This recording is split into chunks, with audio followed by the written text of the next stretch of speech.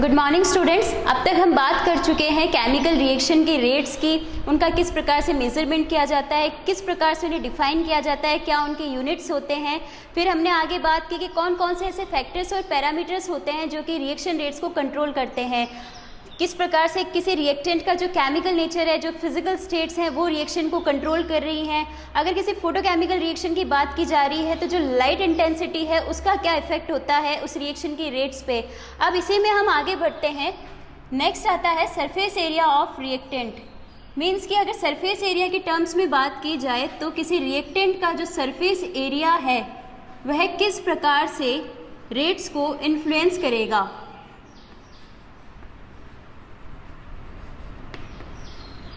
Surface area of reactant, इसे हम एक सिंपल से एग्जाम्पल के थ्रू समझते हैं। सपोज मेरे पास ये एक चौक है, मैंने इस चौक को जब पानी में डिसॉल्व किया तो वाटर के मॉलिक्यूल्स यहाँ इस चौक से कहाँ कहाँ इंटरेक्ट करेंगे, इस सरफेस एरिया पे, इस पे और इस वाले सरफेस एरिया पे वो इंटरेक्ट करेंगे पानी के मॉलिक्यूल्स। अब जब मैं इस चौक को दो पार्ट्स में डिवाइड कर देती हूँ तो क्या होता है, बाकी सब एज इट इज़ है, लेकिन जो नई जो दो सरफेसेस हैं जो अभी बनी है इन पे भी क्या होगा, वाटर के मॉलिक्यूल्स आके अटैच होंगे, रिएक्ट करेंगे। तो हमने क्या देखा कि जैसे जैसे हम इनकी सरफेसेस बढ़ाते गए, इनका सरफेस एरिया बढ़ाते गए, वैसे वैसे क्या हो रहा है, जो वाटर के मॉलिक्यूल्स हैं उनका इंटरेक्शन बढ़ता जा रहा है। इंटरेक्शन बढ़ रहा है मीन्स कि रेट्स बढ़ रही है रिएक्शन की। तो हम कह सकते हैं कि जो रेट ऑफ रिएक्शन है, रेट ऑफ रिएक्शन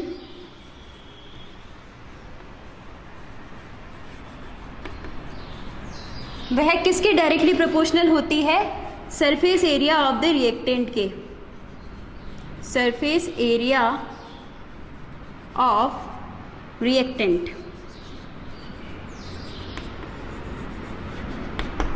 मीन्स जैसे जैसे रिएक्टेंट का सरफेस एरिया बढ़ता जाएगा उसी रेशो में जो रिएक्शन के रेट है वह भी इंक्रीज होती चली जाएगी।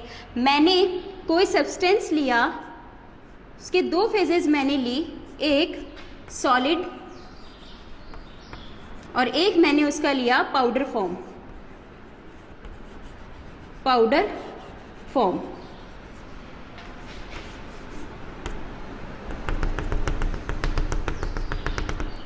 तो जब मैं इसे किसी लिक्विड में डिसॉल्व करूंगी तो क्या होगा, जो सॉलिड है उसके सिर्फ आउटर सरफेस पे ही रिएक्शन होगी और जो इसका इनर पार्ट है वह क्या रहेगा, अनटच रहेगा, इससे कोई केमिकल रिएक्शन नहीं होगी।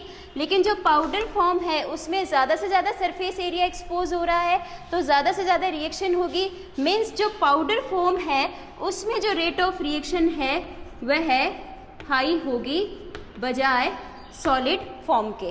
क्लियर। अब नेक्स्ट बात करते हैं हम कैटलिस्ट की, कि कोई भी कैटलिस्ट है वह केमिकल रिएक्शन की रेट्स को किस प्रकार से इन्फ्लुएंस करता है। तो सबसे पहले हमें यह पता होना चाहिए कि कैटलिस्ट क्या होते हैं। तो कैटलिस्ट को डिफाइन किया जाता है, कैटलिस्ट आर दो substances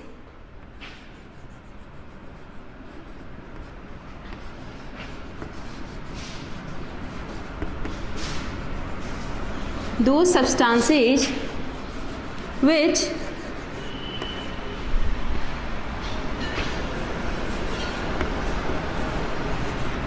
speeds up or down the rate of chemical reaction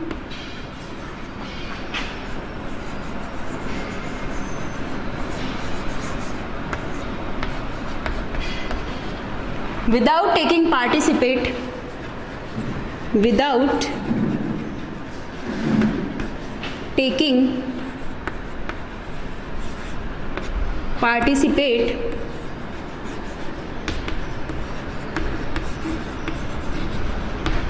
in the reaction.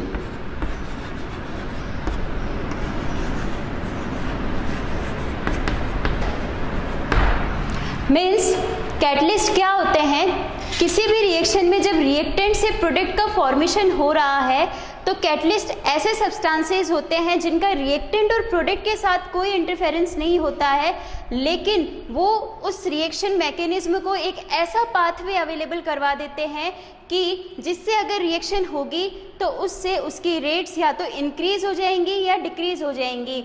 Means catalyst वो सब्सटेंसेस होते हैं जो कि रिएक्टेंट और प्रोडक्ट को इंटरफेयर किए बिना उस पर्टिकुलर रिएक्शन की रेट्स को चेंज कर देते हैं। और वह किस प्रकार करते हैं? जो कैटलिस्ट होते हैं उनका जो बेसिक फंडामेंटल वर्क होता है वह क्या होता है? Catalyst sets up an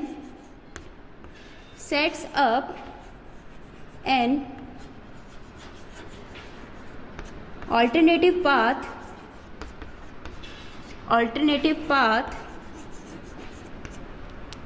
from reactant to product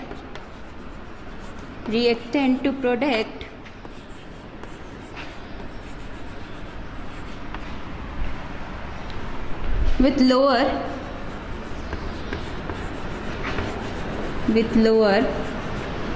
activation energy,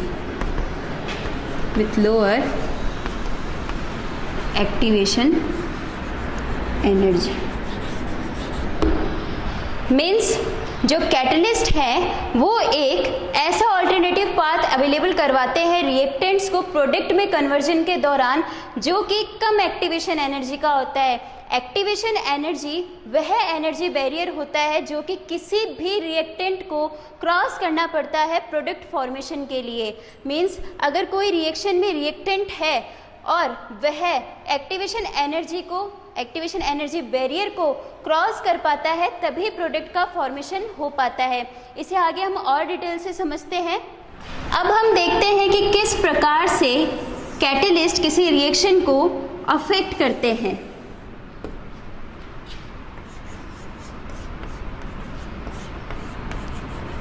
ये रिएक्शन हो रही है कोई और यहाँ मैं ले लेती हूँ एनर्जी। अब यहाँ रिएक्टेंट होता है और इस रिएक्टेंट से माना प्रोडक्ट फॉर्मेशन हो रहा है और उसकी एनर्जी है कुछ इस प्रकार से। क्लियर? अब यहाँ क्या होता है, जब इस रिएक्टेंट से प्रोडक्ट का फॉर्मेशन होता है तो हमें कुछ इस प्रकार से एक कर्व मिलता है और हम देखते हैं कि जो रिएक्टेंट है और ये जो इसकी हाईएस्ट पीक है और ये डिफरेंस क्या होता है, एक्टिवेशन एनर्जी मीन्स जो भी रिएक्टेंट मॉलिक्यूल्स हैं उनको ये एनर्जी बैरियर जो कि एक्टिवेशन एनर्जी है इसको क्रॉस करके ही ये प्रोडक्ट का फॉर्मेशन कर पाते हैं। अब एक रिएक्शन में बहुत सारे रिएक्टेंट्स होते हैं और सभी रिएक्टेंट्स प्रोडक्ट में कन्वर्ट हो जाएं ऐसा पॉसिबल नहीं है। क्यों पॉसिबल नहीं है? क्योंकि कुछ रिएक्टेंट्स की जो एनर्जी है वह इस एक्टिवेशन एनर्जी से कम होती है। इस कारण कम एनर्जी के कारण वह क्या करते हैं, इतना बाउंस नहीं कर पाते हैं कि इस एक्टिवेशन एनर्जी को क्रॉस कर पाएँ और प्रोडक्ट फॉर्मेशन कर पाएँ। ओके, तो इसमें जो रेट ऑफ रिएक्शन है यहाँ हम लिख देते हैं, ये जो एक्टिवेशन एनर्जी की वैल्यू है यह क्या है, AE means activation energy without catalyst है, ये विदाउट कैटलिस्ट है, यानी कि इस रिएक्शन में हमने अभी तक कोई कैटलिस्ट यूज़ नहीं किया है। अब हम देखते हैं कि अगर हम इसी रिएक्शन में किसी कैटलिस्ट का यूज़ करें तो वह किस प्रकार से इस रिएक्शन को अल्टर करेगा। जो कैटलिस्ट होते हैं उनका बेसिक वर्क क्या होता है कि वह इस एक्टिवेशन एनर्जी की वैल्यू को, इस एनर्जी बैरियर को छोटा कर देते हैं। मीन्स एक्टिवेशन एनर्जी की वैल्यू कम हो जाएगी, कैटलिस्ट के प्रेजेंस में ये एनर्जी बैरियर है वह छोटा हो जाएगा और कुछ इस प्रकार की सिचुएशन हमें मिलेगी। ओके, अब जो नया एनर्जी बैरियर है वह पहले वाले से छोटा है कैटलिस्ट के प्रेजेंस में, तो इसके लिए हम लिखेंगे कि यह वह एक्टिवेशन एनर्जी है जो कि कैटलिस्ट के साथ है, मीन्स कैटलिस्ट की प्रेजेंस में जो एक्टिवेशन एनर्जी रिक्वायर्ड है रिएक्टेंट मॉलिक्यूल्स को बाउंस करने के लिए ताकि वह प्रोडक्ट फॉर्मेशन कर सके। ओके, तो अब हमने देखा कि विदाउट कैटलिस्ट और विथ कैटलिस्ट ये दो सिचुएशन है, कैटलिस्ट की एब्सेंस में और कैटलिस्ट की प्रेजेंस में। तो यहाँ क्या हो रहा है, जो कैटलिस्ट है वो ना रिएक्टेंट के साथ में इंटरफेयर कर रहा है और ना ही प्रोडक्ट के साथ में इंटरफेयर कर रहा है, जबकि जो कैटलिस्ट है वह क्या कर रहा है, वह सिर्फ और सिर्फ जो एक्टिवेशन एनर्जी की वैल्यू है उसको कम कर देता है, जो एनर्जी बैरियर है उसको छोटा कर देता है। तो अब इस केस में क्या होगा, इस केस में जो रिएक्टेंट मॉलिक्यूल्स हैं उनके लिए जो एनर्जी बैरियर है वह छोटा हो गया, तो अब ज़्यादा से ज़्यादा मॉलिक्यूल्स बाउंस कर पाएंगे और प्रोडक्ट का फॉर्मेशन हो जाएगा। तो इस प्रकार कैटलिस्ट की प्रेजेंस में जो रेट्स हैं वह इंक्रीज हो जाएंगी। नेक्स्ट हम बात करेंगे कॉन्सेंट्रेशन की, कि किस प्रकार से किसी केमिकल रिएक्शन में जो रिएक्टेंट्स की कॉन्सेंट्रेशन है वह केमिकल रिएक्शन को, उसके रेट को अफेक्ट करती है। जनरली किसी केमिकल रिएक्शन में हमें क्या देखने को मिलता है कि जो रिएक्टेंट मॉलिक्यूल्स हैं वह एक दूसरे से इंटरेक्ट कर रहे हैं, एक दूसरे के साथ कॉलिजन कर रहे हैं, उसी के फलस्वरूप क्या हो रहा है, प्रोडक्ट फॉर्मेशन हो रहा है।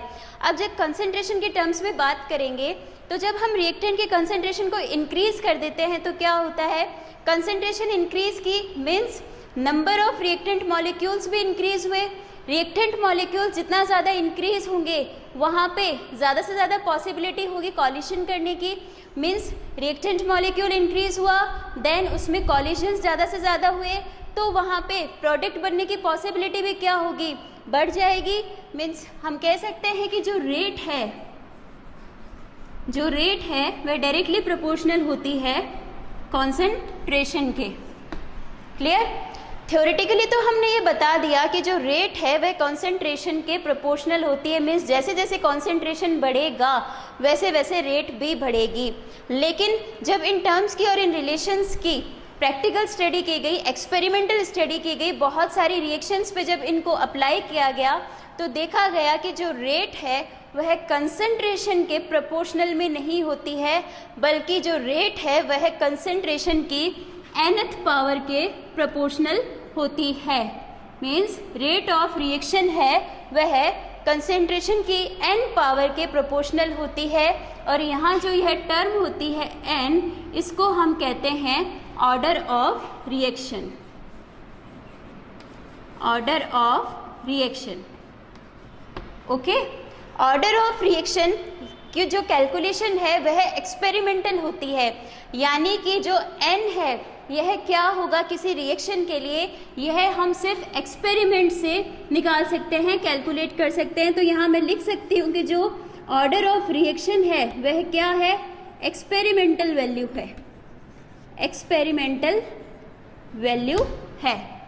ओके, एक चीज़ का हमें यहाँ पर ध्यान रखना है कि जो ऑर्डर ऑफ रिएक्शन होता है वह कभी भी किसी भी केमिकल रिएक्शन के स्टोइकियोमेट्रिक कोफिशिएंट से कोरिलेट नहीं करता है। इस चीज़ को हमें हमेशा ध्यान रखना है कि जो ऑर्डर ऑफ रिएक्शन है, order of reaction do not correlate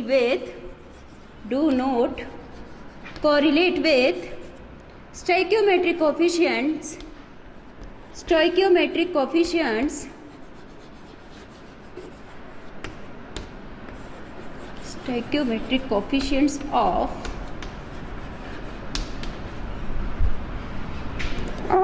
chemical reaction,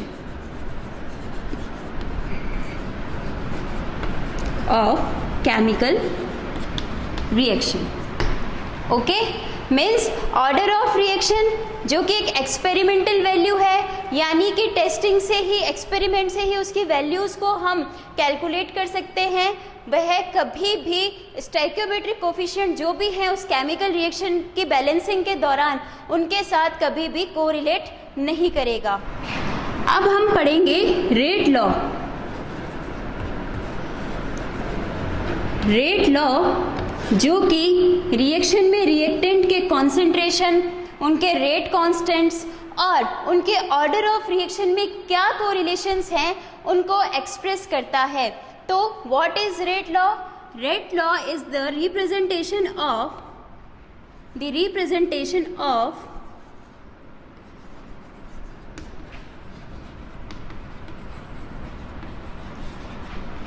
rate of reaction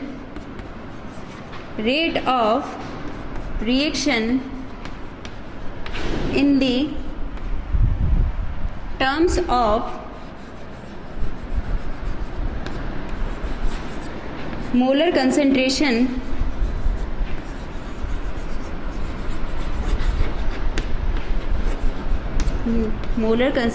of the reactants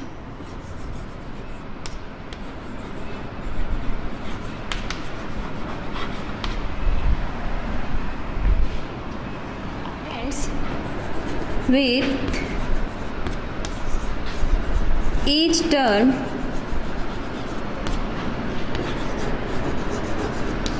raised to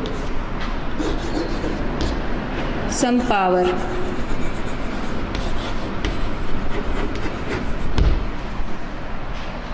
The representation of rate of reaction in the terms of molar concentration of reactant with each term raised to some power, that is known as rate law. और rate law को हम क्या कहते हैं? Rate law को हम rate expression भी कहते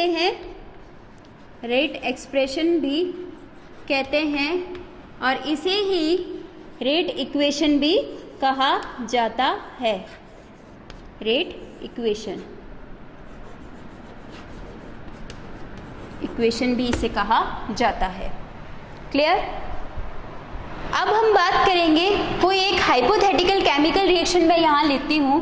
सपोज मैंने लिखा A + B gives C + D. ये एक हाइपोथेटिकल रिएक्शन है और इसके लिए मुझे अब आगे रेट लॉस, रेट कांस्टेंट और ऑर्डर हम इसमें किस प्रकार से एक्सप्रेस करेंगे वह कैलकुलेट करना है. तो इस रिएक्शन के लिए जब मैं रेट लॉ लिखूंगी तो क्या होगा? According to rate law.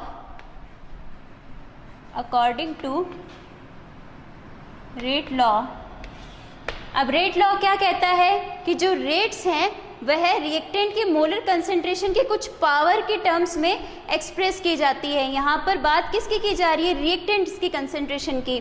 तो हम यहाँ लिखेंगे रेट प्रोपोर्शनल टू A, और यहाँ मैंने कुछ पावर ले ली, सपोज P और B की पावर Q.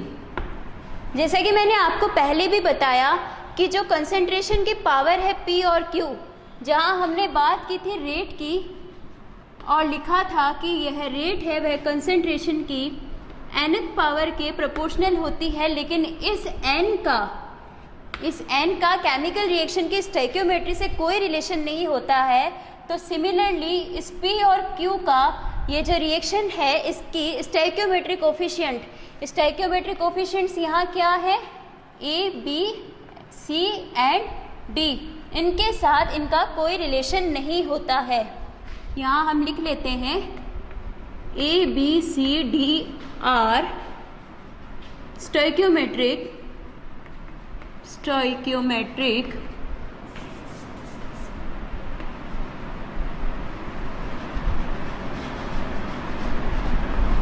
कोफिशिएंट्स.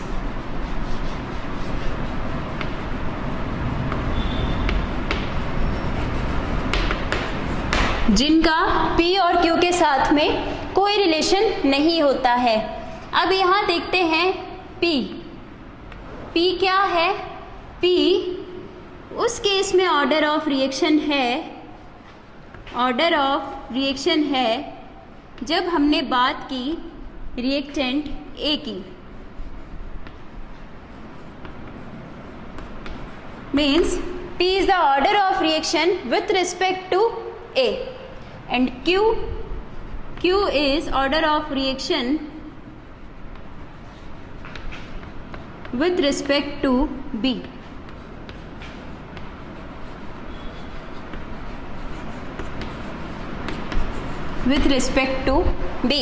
यानी A के रिस्पेक्ट में बात की जाए तो जब उस टाइम जो ऑर्डर का रिएक्शन होगा, जो रिएक्शन का ऑर्डर होगा वह P होगा, और जब B के रिस्पेक्ट में बात की जाए तो जो ऑर्डर ऑफ रिएक्शन होगा वह Q होगा.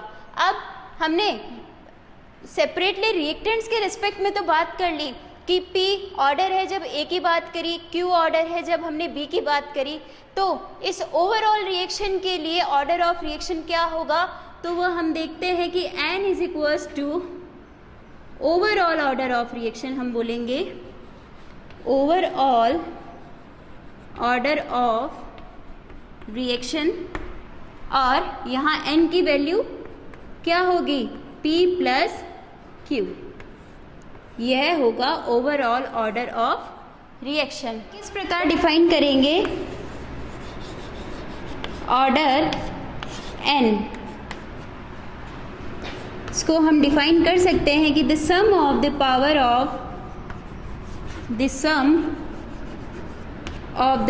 ऑफ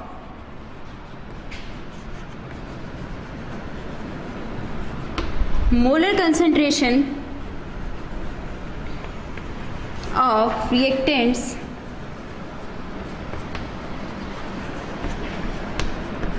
in rate expression या rate law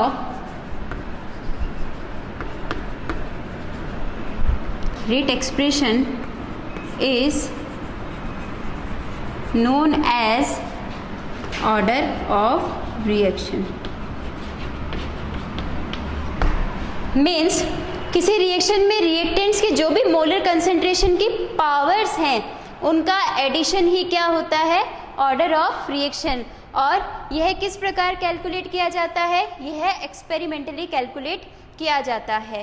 अब बात करेंगे कि ऑर्डर ऑफ रिएक्शन पे एग्जाम में किस प्रकार से न्यूमेरिकल्स पूछे जाते हैं, किस प्रकार के क्वेश्चंस आते हैं। तो सपोज हमें यहाँ कोई रिएक्शन है, उसके लिए रेट एक्सप्रेशन कुछ इस प्रकार से गिवन है,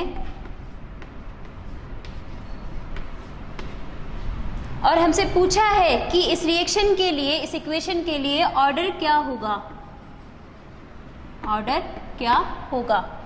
तो ऑर्डर हमने क्या देखा कि जो भी रिएक्टेंट्स हैं उनकी जो मोलर कंसंट्रेशन के पावर्स हैं उनका एडिशन ही क्या है, ओवरऑल ऑर्डर है।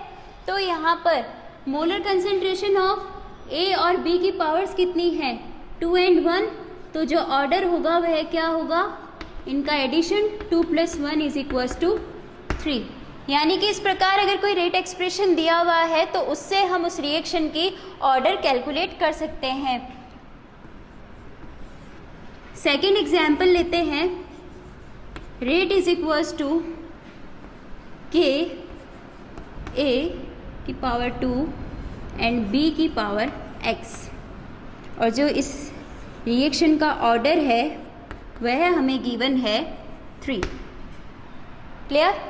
तो अब हमसे पूछा है कि जो X है वह कितना होगा, या फिर ऐसे भी पूछ सकता है कि B के रेस्पेक्ट में उस रिएक्शन का ऑर्डर कितना होगा। तो इसको हम किस प्रकार कैलकुलेट करेंगे, हमें पता है कि जो ऑर्डर है वह क्या है, 2 + x, sum of powers 2 + x, और क्वेश्चन में ऑर्डर कितना गिवन है, 3, तो 3 = 2 + x, तो x की वैल्यू आ जाएगी 1।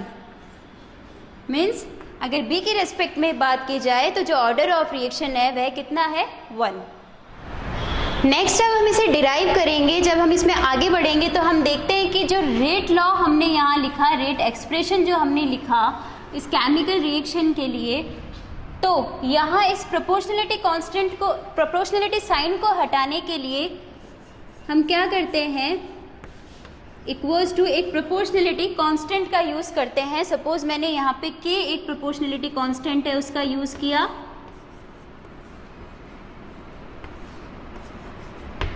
क्लियर। तो ये जो प्रोपोर्शनलिटी कांस्टेंट होता है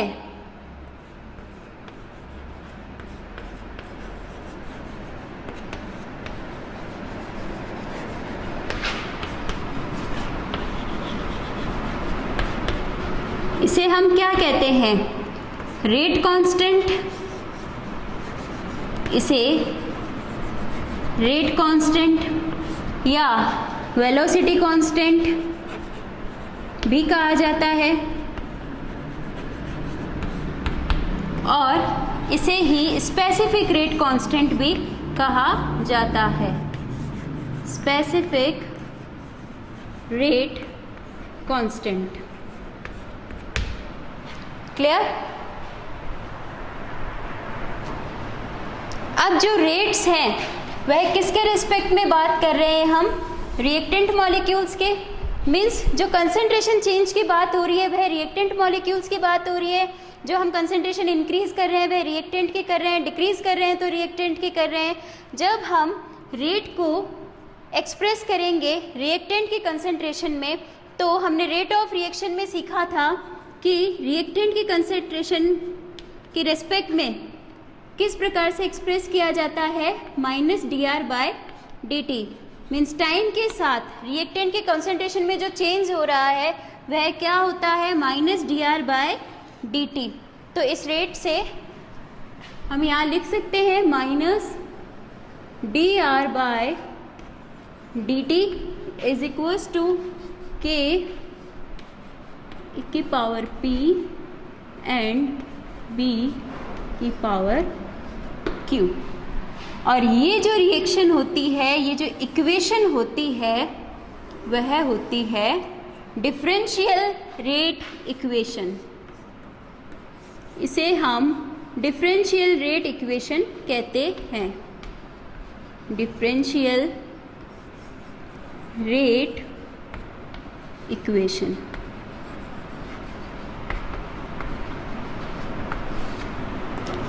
डिफरेंशियल रेट इक्वेशन इसे कहा जाता है जिससे जो रिएक्टेंट्स की कंसंट्रेशन है, जो रेट्स हैं, जो रेट कांस्टेंट्स हैं, उनके क्या ऑर्डर है, इनके बीच में रिलेशन का पता चलता है।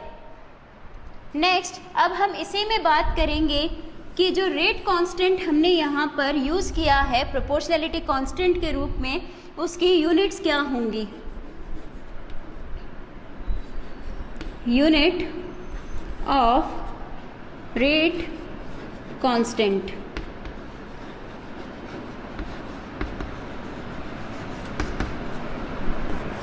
रेट कांस्टेंट की यूनिट क्या होगी? तो यहाँ हम देखते हैं k के लिए हम क्या लिखेंगे, k इज इक्वल्स टू, ये जो रेट है यहाँ मैं सिंपली इसको r लिख देती हूँ, by molar concentration of reactants. Clear? ये जो R है यह क्या है, decrease in concentration of reactant with respect to time, जो कि हमने किस में डिराइव किया था, रेट ऑफ रिएक्शन में। तो यहाँ R की यूनिट क्या होगी, वही होगी जो रेट ऑफ रिएक्शन की होगी। और रेट ऑफ रिएक्शन की यूनिट क्या थी, मोल पर लीटर पर टाइम।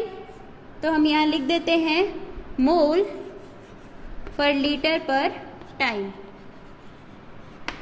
क्लियर? नेक्स्ट है कंसंट्रेशन A और B की, यानी A और B की कंसंट्रेशन टर्म्स की बात की गई है। तो यहाँ पे कंसंट्रेशन किस में आएगा, मोल पर लीटर में। तो मोल per litre P and mole per litre की पावर Q।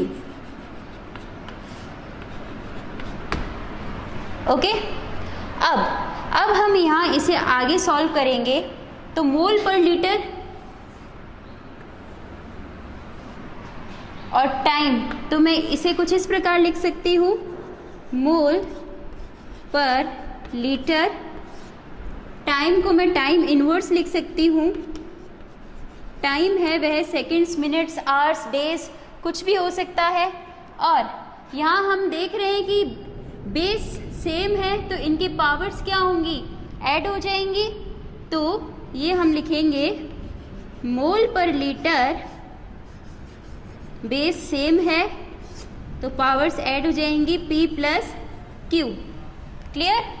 अब यहाँ कितना है, ये माना हमने यहाँ 1 है, पावर्स अपॉन में है, तो ये जब ऊपर हो जाएंगी तो क्या होगा, मोल पर लीटर माइनस में हो जाएगा, 1 माइनस P प्लस Q। जो पावर्स हैं वे चेंज हो जाएंगी, साइन चेंज हो जाएगा उनका। Okay, and time inverse, time inverse.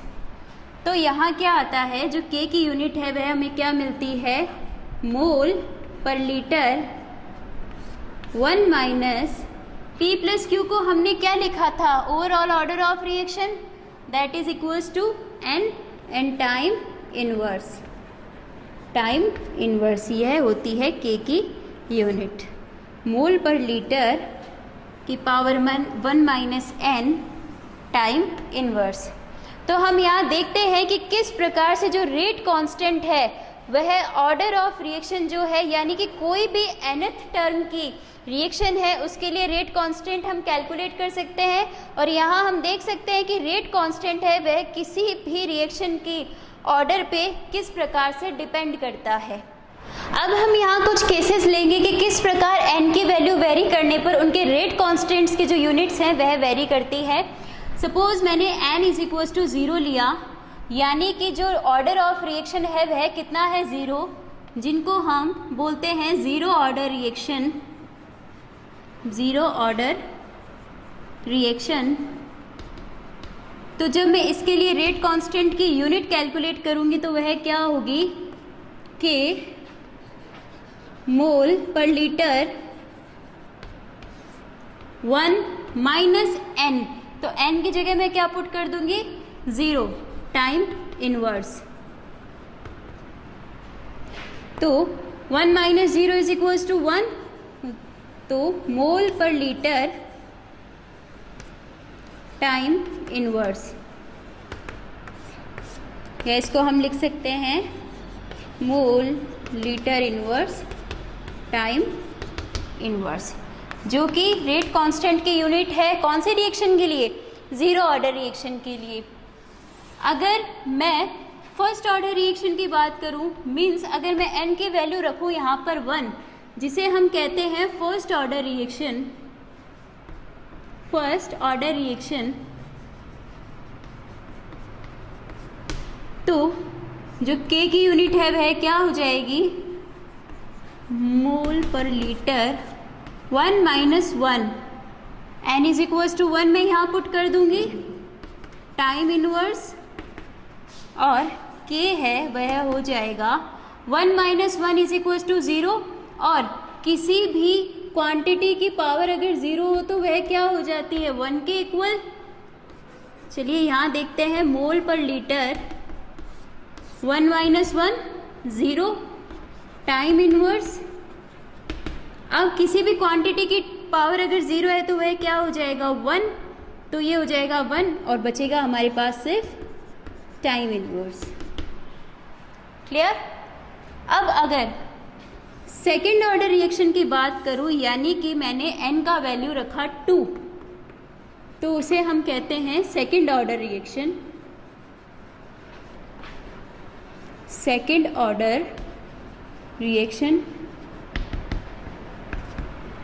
तो उसके लिए जो k की यूनिट्स हैं वे क्या होंगी मोल पर लीटर 1 माइनस n की जगह क्या पुट करेंगे 2 time inverse, and that will be equal to mole per litre -1 time inverse. और इसे कुछ इस प्रकार भी लिख सकते हैं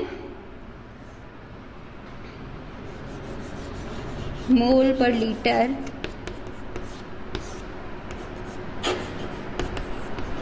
टाइम इनवर्स, और ये हो जाएगा litre mole inverse time inverse. यह है सेकेंड ऑर्डर के लिए जो रेट कांस्टेंट है उसकी यूनिट हो जाएगी। तो ज़ीरो ऑर्डर के लिए मोल पर लीटर पर time, time second minutes hours कुछ भी हो सकता है। फर्स्ट ऑर्डर के लिए time inverse, and second order के लिए litre mole inverse time inverse. Clear. किसी केमिकल रिएक्शन के लिए, कोई भी एक केमिकल रिएक्शन है उसके लिए रेट कांस्टेंट की वैल्यू है 2.3 into 10 to power -4 mole per litre पर सेकेंड। मोल पर लीटर पर सेकेंड। तो इस रिएक्शन का ऑर्डर क्या होगा, तो यहाँ हम जो रेट कांस्टेंट की यूनिट्स हैं इनको डायरेक्टली देख के हम बता सकते हैं। जैसा कि हमने जो ज़ीरो ऑर्डर की रिएक्शन थी उसके लिए क्या कैलकुलेट किया था ज़ीरो ऑर्डर के लिए जब n is equal to zero था तो हमने क्या कैलकुलेट किया था, mole per litre 1 minus zero time inverse. तो यहाँ हो गया था 1 minus zero is equal to 1 mole per litre time inverse. Clear? और हमें यहाँ यूनिट्स क्या दी हुई है, mole per litre second inverse, means time second में दिया हुआ है। तो इसके यूनिट्स को देखकर ही हम बता सकते हैं कि जो ये रिएक्शन है इसका ऑर्डर क्या है, इसका ऑर्डर ज़ीरो है। क्लियर? एक दूसरा एग्जाम्पल हम लेते हैं कि सपोज हमें किसी रिएक्शन के लिए रेट कांस्टेंट की वैल्यू है वह 0.4 इंटू 10⁻⁻8 मिनट इनवर्स दी हुई है। तो हमने जो फर्स्ट ऑर्डर रिएक्शन के लिए जब रेट कांस्टेंट्स की यूनिट डिराइव की थी तो वह क्या थी, n इज इक्वल टू 1 के लिए k क्या था, टाइम इनवर्स, और यहाँ टाइम क्या दिया हुआ है, मिनट्स में।